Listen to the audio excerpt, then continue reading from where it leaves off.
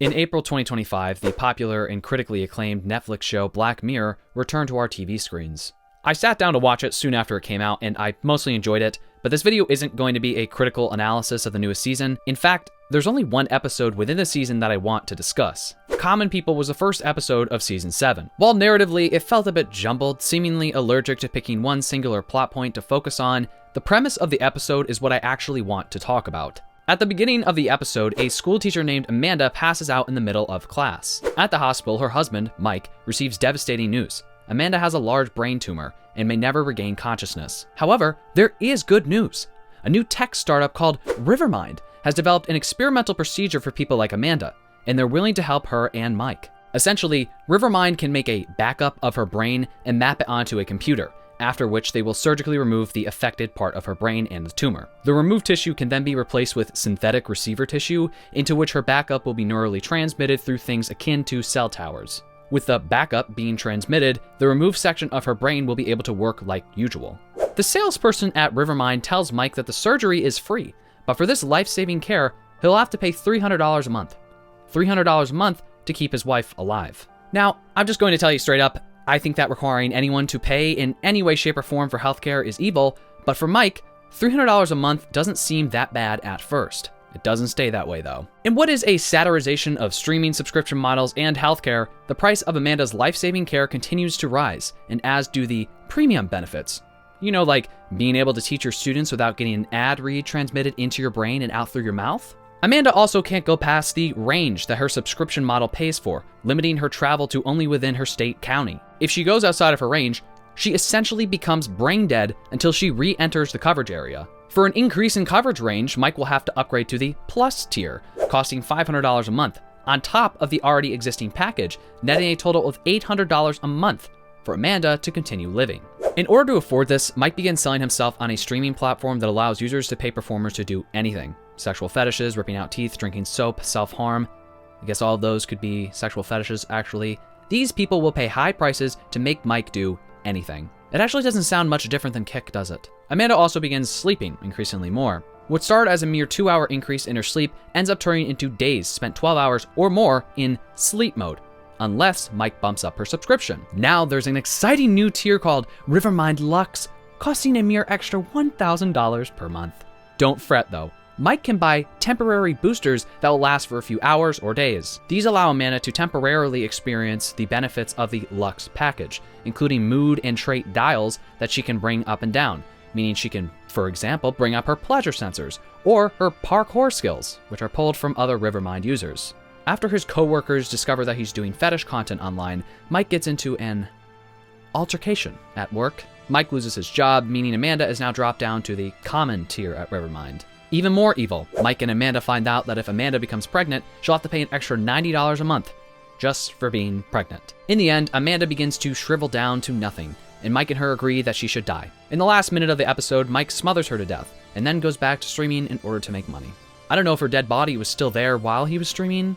You know, you could do a lot of stuff with that to make a lot of money, let me tell you.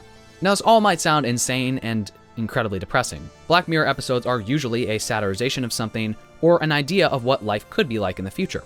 But what if I told you that something nearly identical to this has already happened in real life? People do all sorts of things to make money, from torturing themselves at a desk for 10 hours a day to prostituting themselves on the street.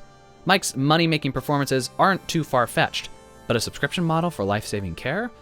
That seems out of the question. Of course, if you have any sort of experience with health insurance, you know that this isn't that far-fetched either. Blue Cross Blue Shield of Michigan has bronze, silver, and gold plans, with the more luxe plans costing extra every month, but with less out-of-pocket cost. Well, that's if they actually decide to cover your bill, that is. Maybe you still don't believe that people would be abandoned by technological health companies after having something implanted in their brain. In that case, you're either incredibly naive or stupid. This is a privatized and commercialized world that we live in. Not only do healthcare insurance companies need to make money, but so do the companies providing hospitals and doctors' offices with life-saving technology. On April 30th, a few weeks after I got caught up with all the new Black Mirror episodes, a favorite podcast of mine, Unexplainable, produced by Vox Networks, released an episode titled, "Sorry We Left an Implant in Your Brain." As I listened to it, I experienced some kind of deja vu.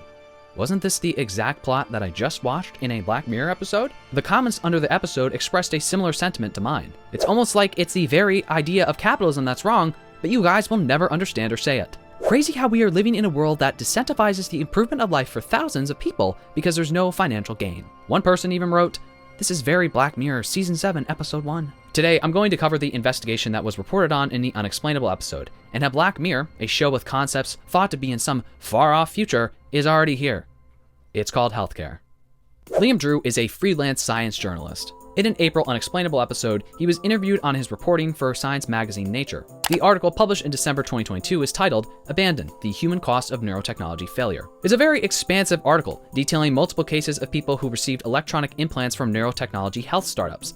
People who were left abandoned after these companies went bankrupt. The word neurotech may lead you to imagine a world where everyone's brains are implanted with Elon Musk's Neuralink, but that's not the kind of technology we're going to be discussing today. While tech like this does exist and is being continuously developed, what I'm focusing on today isn't some Blade Runner future where everyone has a VR screen in their eyes reading their every thought. Neurotechnology encompasses any method or electronic device which interfaces with the nervous system to monitor or modulate neural activity. In reality, neurotech is a vast range of different kinds of healthcare, allowing people who are hearing or sight impaired, have been paralyzed, or who suffer from chronic pain or illnesses like Parkinson's disease to live more able-bodied lives. Common design goals for neurotechnologies include using neural activity readings to control external devices such as neuroprosthetics, altering neural activity via neuromodulation to repair or normalize function affected by neurological disorders, or augmenting cognitive abilities. Neurotech does pose some ethical concerns, especially for those who are treated for conditions stemming from the brain like PTSD or Parkinson's disease. But none of the devices that I'll be discussing today are for treating conditions like this, so I won't be going in depth on that. Drew reports on a German man named Markus Mulhmann-Bollach, who had suffered from severe cluster headaches, which cause an intense one-sided pain in the head. They are often regarded as one of the most painful experiences that a person can go through. I know I've had my fair share of those. While cluster headaches are rare, Marcus's were an even rarer case, lasting up to 8 hours a day and leaving him with near constant debilitating pain. No medication could help him. Marcus was, as he describes, reborn in 2013 though, when a tech startup called Autonomic Technologies completed their clinical trials for an electronic implant that could reduce the severity and occurrence of severe cluster headaches. It worked remarkably well, says Arne May, a neurologist at the University of Hamburg in Germany, who led some of those trials on behalf of the startup. In most people, stimulation reduced the pain of an attack, made attacks less frequent, or both. Side effects were rare. In February 2012, while US trials continued, the European Medicines Agency granted the company approval to market the device across Europe. Marcus met with Arne May to undergo surgery for the device. For about an hour, 5 to 6 times a day, he would put a device around his head to transmit electronic pulses into an implant which resided in his cheek. His relief lasted for a few years, until the company went out of business in 2019. The company's closure left Mulhmann-Bollach and more than 700 people alone with a complex implanted medical device. People using the stimulator and their physicians could no longer access the proprietary software needed to recalibrate the device and maintain its effectiveness. Mulhmann-Bollach and his fellow users now face the prospect of the battery in the handheld remote wearing out, robbing them of the relief that they had found. "I was left standing in the rain," Mulhmann-Bollach says. Marcus luckily had engineering experience and has been able to repair some of the parts of the device over the years since ATI's collapse. Initially, his health insurance was not going to cover the repairs, but Marcus fought it, and they relented, covering the repair parts he needed. But Marcus can't possibly fix every issue that the device may have. Marcus says he can't live without the device as the pain is too great for medication. He's now waiting on a new company that has acquired the patents for ATI's technology to provide him with support for the device. Another woman named Jennifer French was unable to move her legs after a snowboarding accident in 1999. For over 20 years, Jennifer has been using an implanted device fit with over a dozen electrodes that stimulate her leg muscles and allow her to stand, walk, and bike. She told Unexplainable, "I mean, geez, being able to stand up and look down and all you see are your legs and you don't see these big braces around it or any other big supports. It's just you standing. I mean, that was amazing." I don't think there was a dry eye in the room, actually. I think it was more of an awe of science technology, but also like, wow, this is real, and it really works. This isn't a pipe dream. Jennifer was part of a trial produced by Case Western, but hers and hundreds of others' life-saving neurotechnology was never commercialized. It's almost like it should always be that way. Hunter Peckham, a developer for a similar technology from the same company, designed for movement in the arms, not legs, told Drew, the uptake was not as fast as investors would have liked. Two researchers, including Peckham, continue to support those who participated in Case Western's clinical trials, even after the business that made the technology, Neurocontrol, went out of business. Drew writes, "French's system has failed 4 times, leaving her unable to stand and acutely aware of her reliance on the technology. Every time, the Case Western team has provided the surgery and parts required to restore her movement. I live every day with the fact that this technology might go away," she says. Neurotechnology is a new and exciting investment opportunity for capitalists. The market for it is predicted to expand by around 75% in 2026 to US $17.1 billion. When life-saving care is commercialized as such, it leaves those who need it in constant fear of their care being taken away at a moment's notice. It's a new kind of abandonment faced by people, or as they describe it, customers. They're not just being left to die after an insurance company refuses to pay their medical bills. They are being left with implants in their bodies. Implants that no longer work after a startup goes out of business. Shortly after the demise of ATI, a company called Nuvectra, which was based in Plano, Texas, filed for bankruptcy in 2019. Its device, a new kind of spinal cord simulator for chronic pain, had been implanted in at least 3,000 people. In 2020, artificial vision company Second Sight in Silmar, California, laid off most of its workforce, ending support for the 350 or so people who were using its much heralded retinal implanted seat. And in June, another manufacturer of spinal cord simulators, StimWave in Pompano Beach, Florida, filed for bankruptcy. Thousands of people with the stimulator and their physicians are waiting on in the hope that the company will continue to operate. When these for-profit companies collapse, are unable to make profit anymore, the people left with these implants are unable to do much of anything. Most of the time, surgery isn't performed to remove the devices since it can be unnecessarily dangerous or costly. What? Did you think insurance companies were going to cover a non-medically necessary procedure?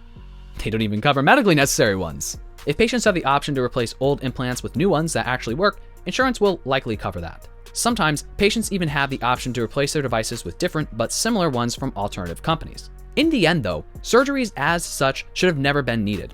The patients should have had their technology supported for life, regardless of whether the company that made them could make money off of the technology. Who am I kidding though? That would never happen. I'll name the problem. It's capitalism, an economic structure that values ever-increasing profit over anything else. No one should exist in a world where life-saving healthcare is dependent on how much the company, be it a hospital, tech startup, or insurance company, can make. Not only that, the obsession with patenting, gatekeeping, who can use what kinds of technology, means companies can have a monopoly on neurotech inventions, and if they go kaput, their tech dies with them.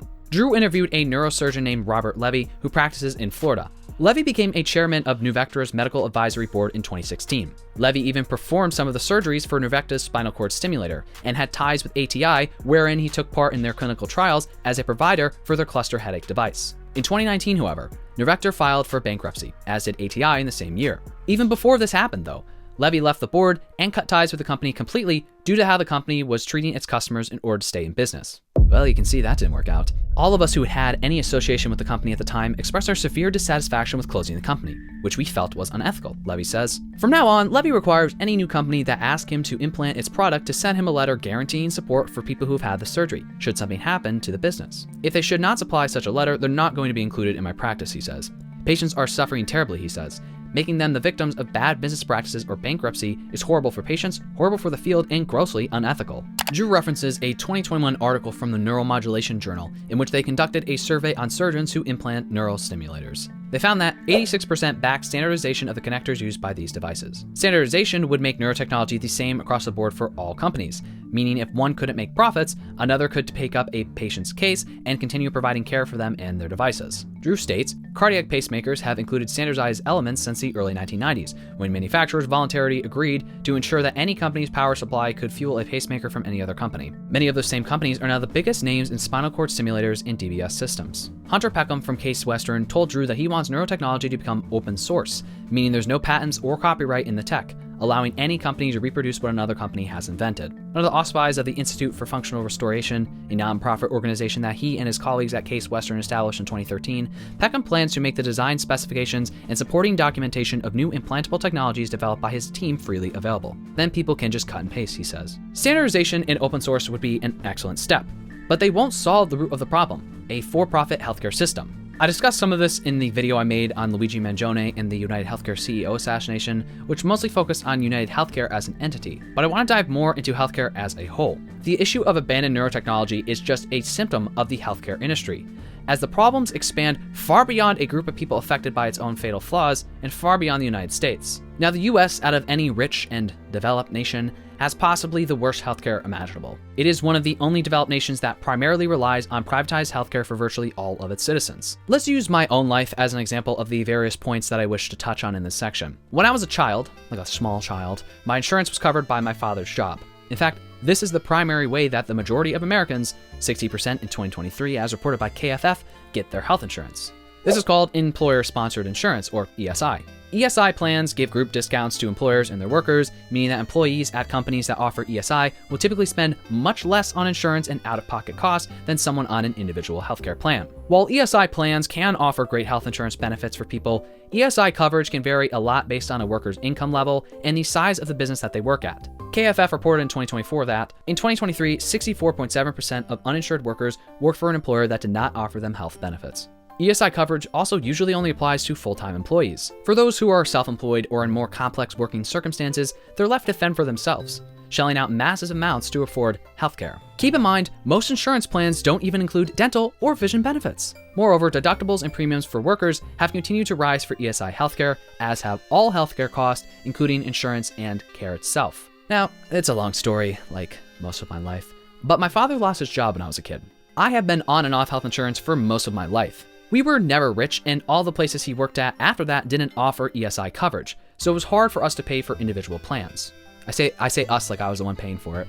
You know, I have financial trauma if you couldn't tell. I remember being on CHIP for a bit, Pennsylvania's Children's Health Insurance Program, which is basically Medicaid for minors. In most of high school, for reasons I don't exactly remember, I wasn't on CHIP, so I had no health insurance at all. I was on a plan with my parents for a bit during my senior year and my first year out of high school, but when my dad became eligible for Medicare, the premium plan for me and my mom alone was too high. Right now, I'm on Medicaid. I remember once when I was in high school, my 11th grade history teacher told a story about a woman who was uninsured for most of her life. Later in life, she discovered that she had cervical cancer. It was never detected because she, for multiple different reasons, including cost, but also possibly shame or ignorance, never went to the OBGYN for pap smears. A disease that could have been caught through preventative care and possibly fought off had advanced to a stage too far for treatment. No one in the class seemed fazed by this, but 16-year-old me, who was very aware of my insurance predicament, was horrified.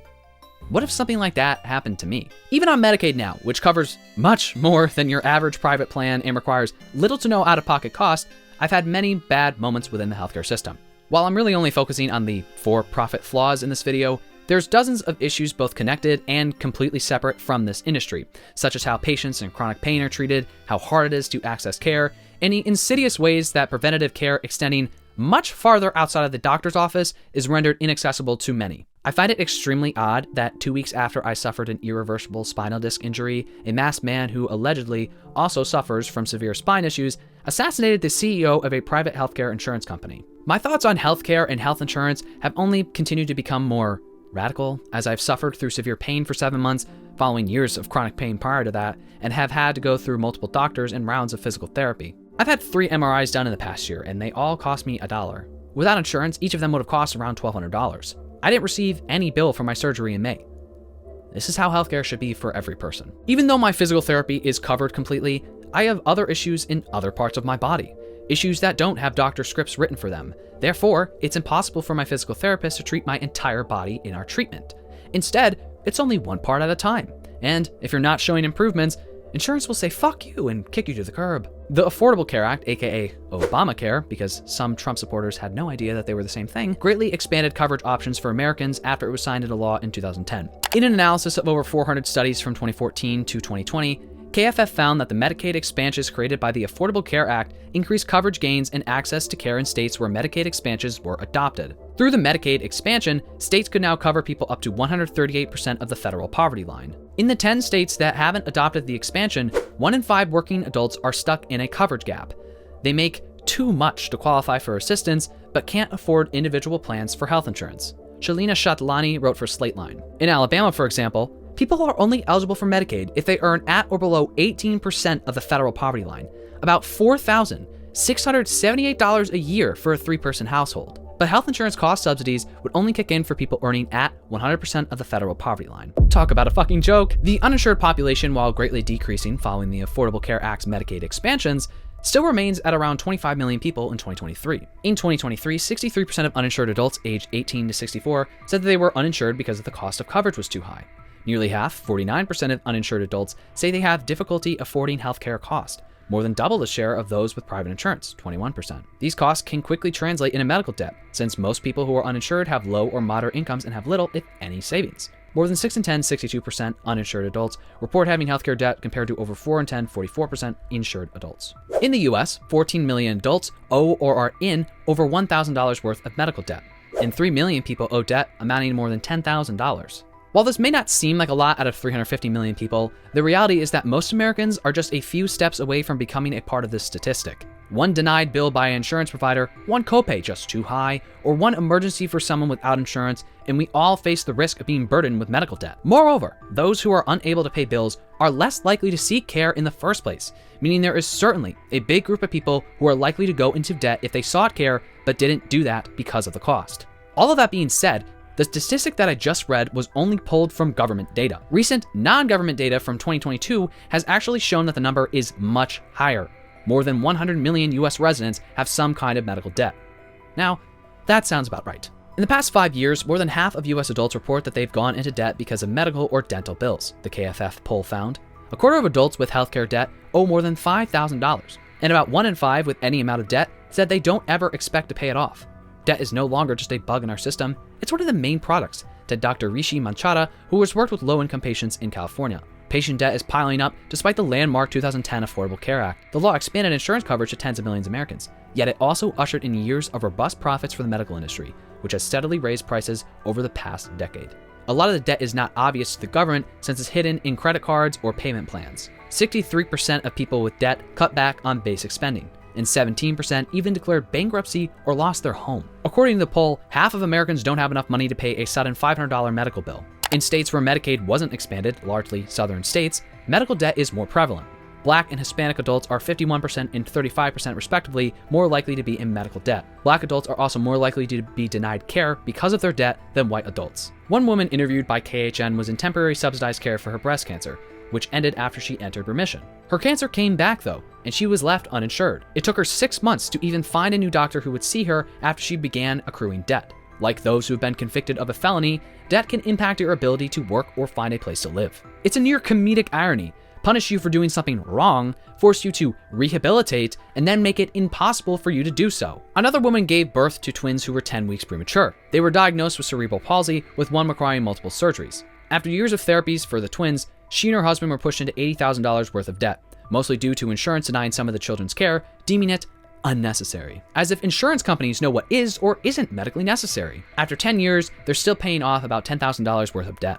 United Healthcare, the main subject of my previous video on American healthcare, and the largest health insurance provider in America, also has the most denied claims out of any provider. The company also allegedly uses an AI claim system with a 90% error rate to deny care. Another woman facing debt, also interviewed by KHN, was sexually assaulted in 2013. The morning after, she got a test done at a hospital. Since then, she has been hounded by debt collectors, calling her over a mere $130, a cost that she does not have to repay since in the state of Illinois where the assault occurred, medical providers cannot charge victims for exams. She was forced to relive her assault every time they called. Eventually, the debt was added to her credit history, forcing her to protest with her credit card company for it to be removed. In fact, in a nationwide poll conducted by KFF, a third of Americans who had been contacted by a collection agency because of a medical or dental bill said the debt was not theirs. In 2023, 3 national credit agencies announced that they would remove any paid medical debt and unpaid medical debt under $500 from credit reports. While this is great for those who were able to pay off the medical debt or for those who have little debt, those who are in greater debt, which is more often than not uninsured people, will still suffer.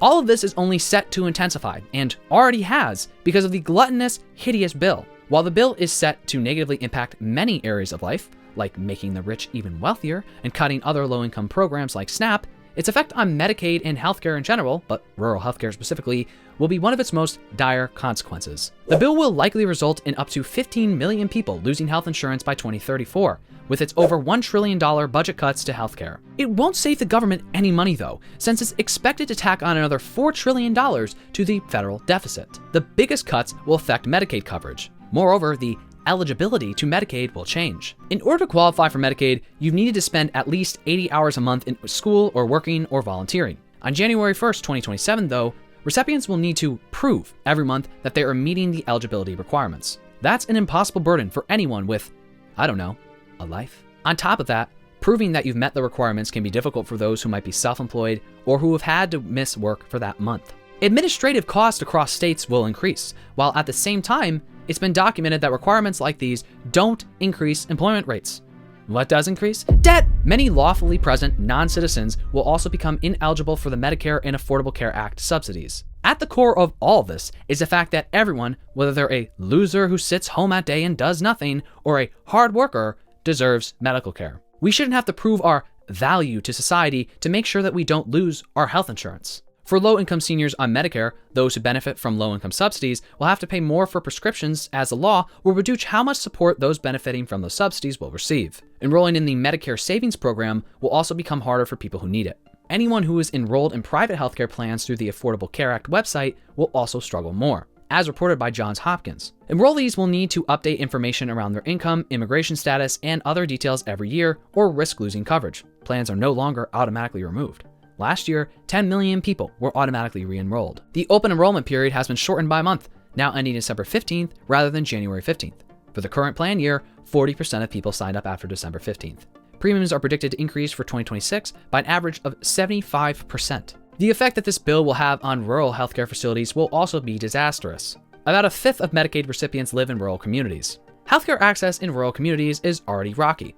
I had to drive almost 60 miles one way to see my neurosurgeon. Spotlight PA reports that about 26 hospitals have closed in the state in the past 5 years. This is only going to get worse, as a projected 25 rural hospitals in PA may close over the next few years due to the healthcare cuts. Even one rural hospital closing can be catastrophic, leaving patients to have to go even further to seek care, overflowing those hospitals with more patients. Not to mention, rural communities are generally poorer overall, meaning these residents affected by hospital and insurance cuts will not be able to absorb the blow. On top of this, it's likely that American healthcare worker shortages are going to get worse across the country due to Trump's new fees for HB1 visas. Multiple outlets have reported that foreign-born doctors make up nearly a quarter of US physicians and nearly 15% of the nurse population. Even where I live, where, before probably at least 5 years ago, I rarely saw or interacted with someone foreign, I've had over a dozen providers who are immigrants. My primary doctor is an immigrant. This is because in rural and other underserved communities, they make up a large portion of the workforce. The amount that immigrants provide for our workforce in general, but for the healthcare field specifically, is tremendous and not to be understated. A study published this summer found that 3 GOP-led states, Iowa, North Dakota, and West Virginia, employ the highest percentages of HB1 physicians. Even before Trump, immigrants seeking work visas were facing hurdles, thanks to the anti-immigrant Biden administration. In 2024, for example, they placed a hold on nurse visa applications. Now, Trump has placed an insane $100,000 fee for all HB1 visa holders. For hospitals that are already in deficits, this is an incomprehensible amount of money.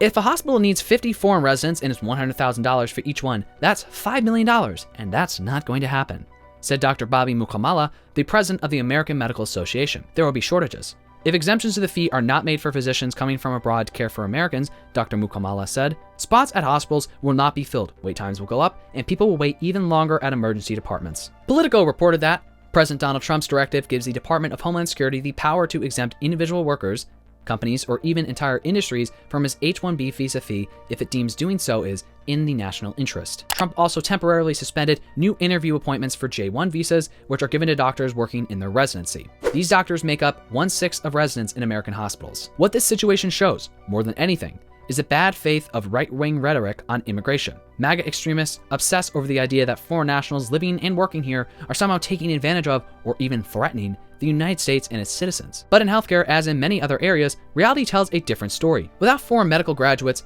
many of us would be without access to primary care. If the Trump administration's definition of national security included the basic welfare of the nation's people, it would address the deepening crisis in our primary care system rather than targeting the people in the programs keeping it afloat.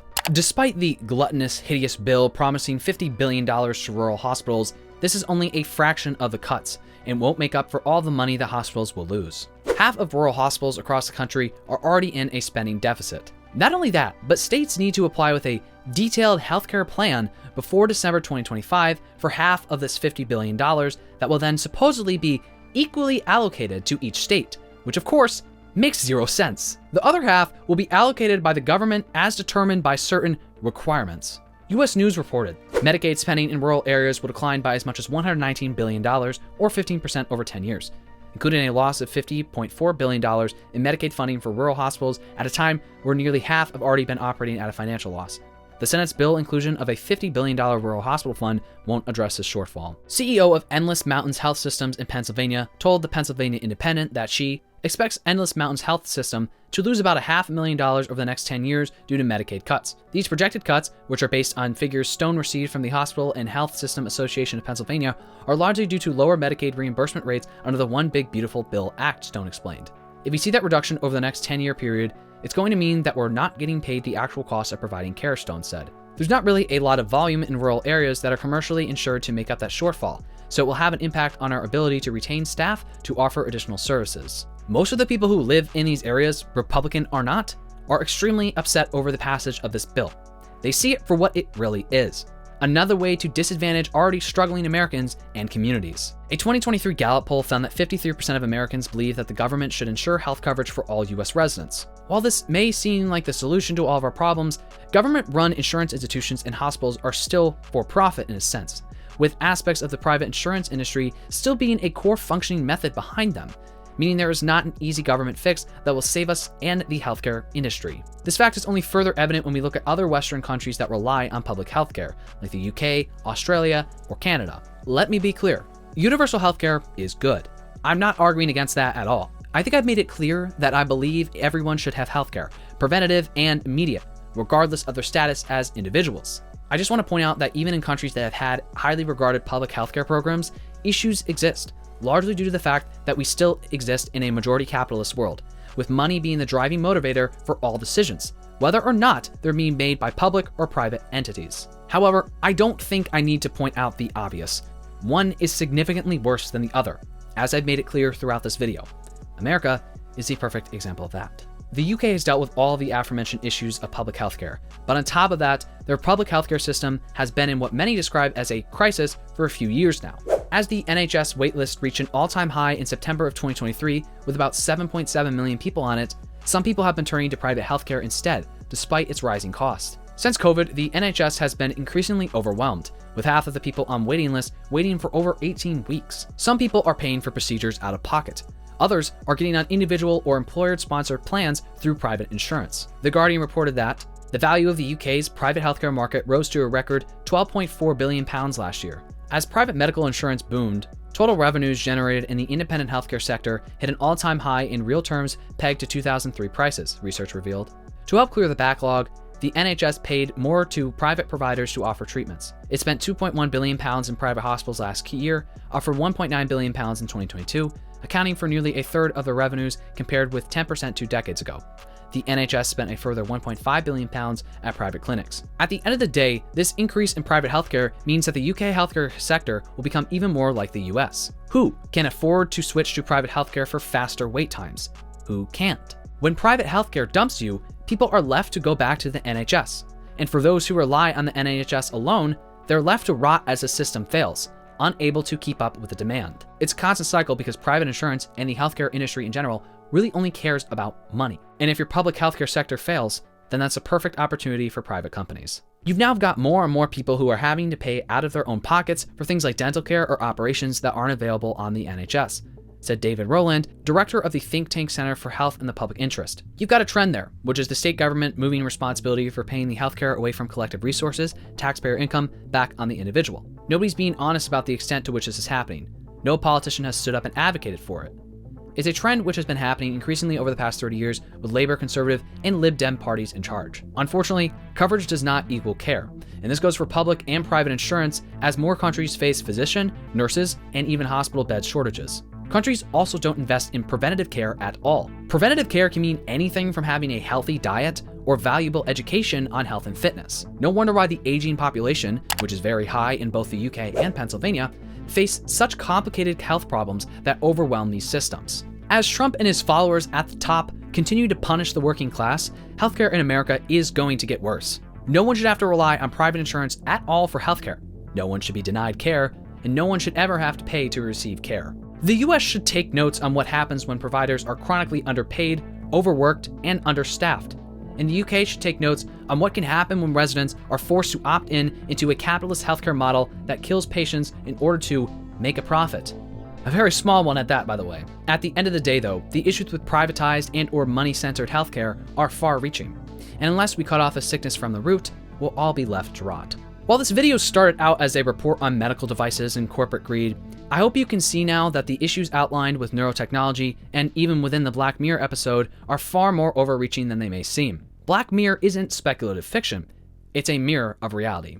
Well, that's it for me, and that's it for this video. Comment down below what you thought about this video. I'd be really interested in hearing your take, specifically if you're from the UK, since I don't live there. can't speak on a firsthand experience, obviously. If you're a medical provider, if you're someone who will be affected by this, I'd be really interested in hearing all of your opinions on this video and things going on down below. So just comment down below anything you want to comment down below. If you liked this video, give it a thumbs up. If you like me, you can subscribe. Like I said, I talk about anything I want to talk about. So if that sounds like your thing, make sure to subscribe and turn on the notification bell so you know when I post a video. I'd like to give a shout out to my Patreon members who are part of my Alpha and Delta tiers.